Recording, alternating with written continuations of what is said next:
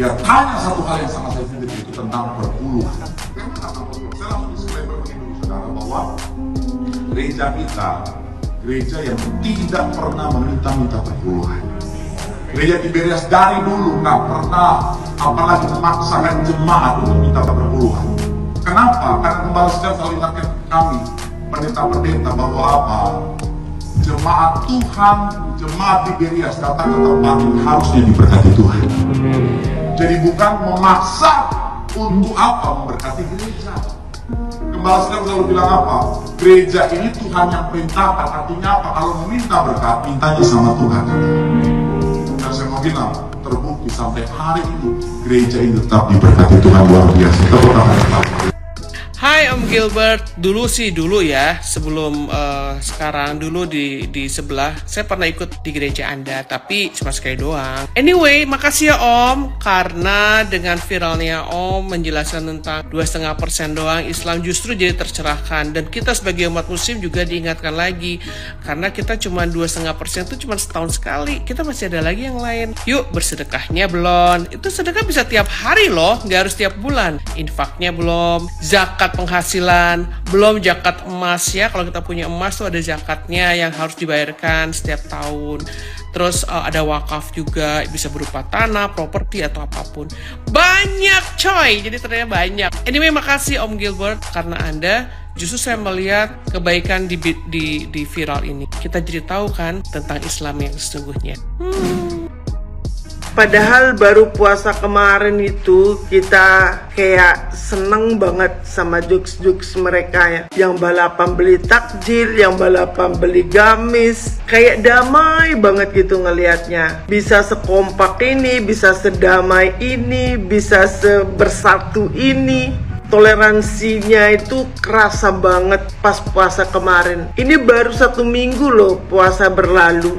Sekarang ada yang ngebahas tentang 10% dan 2,5%. Mana lagi mengejek cara sholat orang muslim. Apa nggak suka ya damai kayak kemarin itu? Ini baru 1 minggu berlalu puasanya. Kok digaco lagi? Kok dibikin panas lagi? Kompak kayak kemarin itu seasik itu, jangan dirusak lagi. Apalagi membahas tentang apa yang nggak ditahu, nggak dipahami. Kenapa nggak bahas tentang ajarannya aja sih? Kok mesti harus nyenggol agama lain? Oke teman-teman ya, akhirnya satu pendeta yang viral gara-gara menyudutkan satu tata cara dari saudara-saudara kita umat muslim tentang perpuluhan dan zakat. Akhirnya pendeta ini minta maaf teman-teman dan menyadari kesalahannya. Nah, yang saya mau komentari adalah tanpa disadari kebanyakan umat Kristen memang mendengarkan hal-hal semacam ini. Hanya saja biasanya itu tidak direkam dan tidak tersebar secara online teman-teman, tetapi hanya secara offline di gereja-gereja saja. Tentu saja orang-orang, pendeta-pendeta atau siapapun yang menyampaikan khotbah dengan nuansa merendahkan agama lain itu adalah oknum, adalah seorang yang tidak memiliki toleransi antar umat beragama. Kiranya dengan kejadian yang viral ini teman-teman bisa menjadi satu pelajaran dan satu peringatan buat teman-teman pendeta, hamba-hamba Tuhan, dan orang-orang yang dapat akses atau dapat kepercayaan untuk menyampaikan khotbah, entah itu di ibadah hari Minggu atau ibadah-ibadah lain, untuk menyampaikan khotbah dengan bahasa kasih bagi agama-agama lain. Tidak ada yang namanya merendahkan, karena ketika jemaat itu mendengar khotbah yang merendahkan agama lain, kadangkala itu dibalut dengan nuansa humor dan kelucuan, tetapi tanpa disadari justru nilai-nilai intoleransi itu ditanamkan kepada jemaat-jemaat di gereja. Dan untung saja satu ini viral teman-teman, sehingga bisa menjadi pelajaran buat pendeta-pendeta atau pengkhotbah-pengkhotbah lainnya. Tuhan memberkati. Sebenarnya sih Pak, kalau menurutku ya, kalau kita berkhotbah ya, aku sebenarnya sih bukan orang-orang suci kali ya Pak. Aku beragama Kristen, tapi aku bukan bilang aku itu bersih atau benar atau mengerti kali tentang firman Tuhan. Nah ya, nggak begitu memahami kali lah. Tapi aku selalu melakukan waktunya ibadah, waktunya doa aku doa gitu loh. Jadi menurut saya sih Bapak sebenarnya bukan dibilang Bapak ini kalau berkhotbah jangan pernah memasukkan khotbah atau ceramah di gereja tentang agama-agama lain. Agama-agama lain itu gak usah dimasuk-masukkan, karena bakal seperti ini gitu loh, bakal bertentangan. Karena di gereja itu pasti ada orang yang gak suka sama Bapak, jadi disebarluaskan kan. Ada itu, walaupun sesama Kristen ada yang gak suka dengan Bapak. Dan satu lagi, untuk apa Bapak banding-bandingkan ibadah kita sama ibadah sama orang lain gitu. Di situ Bapak sudah salah. Kok menurutku Bapak salah ya. Nggak perlu Bapak banding-bandingkan.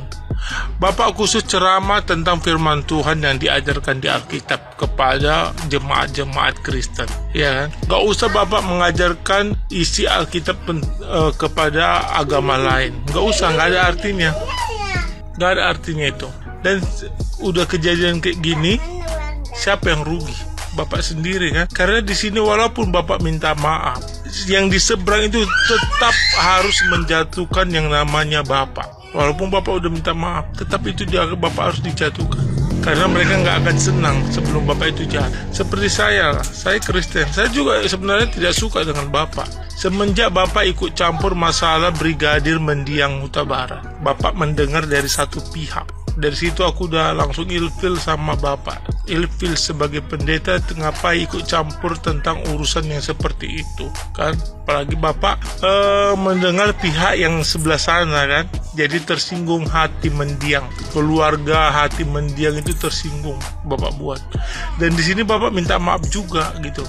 Dan Bapak lakukan lagi kesalahan yang ini, yang lebih parah, lebih fatal, tentang 2,5 sama 10%. Kalau Bapak mau membahas tentang perpuluhan, ya udah bahas tentang perpuluhan gitu. Gak usah Bapak masuk-masukkan ke yang 2,5 itu dengan agama lain gitu. Udah tahu Bapak, mereka itu mudah tersinggung, ya kan? Mereka itu mudah sakit hati. Gak ada artinya Bapak minta maaf, karena nasi udah jadi bubur. Ya Bapak terima aja lah risiko yang Bapak lakukan sendiri ya. Ya, kok menurutku sih buat hamba-hamba Tuhan sekali lagi, kalau berkhotbahlah dengan bimbingan dari Alkitab. Ya, bisa mengambil ceramah dari luar bisa, tapi jangan menyinggung agama orang lain, apapun itu agamanya. Itu aja sih yang aku bisa bilang buat aku bukan menghakimi ya, para pendeta-pendeta lah aku bilang ya. Itulah aku bilang pendeta, apalagi pendeta ini yang lagi viral berapa hari ini. Sebenarnya dari kemarin aku udah mau buat video ini ya, tapi aku lagi nggak fokus, jadi hanya bisa hari ini aku buat. Yang penting buat Bapak Gilbert, jangan ada yang ketiga kali lah. Kalau memang udah ada nanti udah lempang jalannya, jangan buat masalah lagi. Tapi memang kalau kulihat dari sini Bapak ini semakin tinggi ilmu Bapak, semakin ada sisi kesombongan Bapak itu ada kulihat. Iya, nggak tahu entah kenapa hampir rata-rata aku tengok seperti itu ya. Hampir rata-rata aku tengok, bukan aku menghina agamaku sendiri ya, hampir rata-rata aku tengok seperti itu. Jadi buat hamba-hamba Tuhan, lakukanlah tugas Anda sebagaimana Anda berceramah sesama agama Anda. Jangan pernah menyinggung-nyinggung agama lain.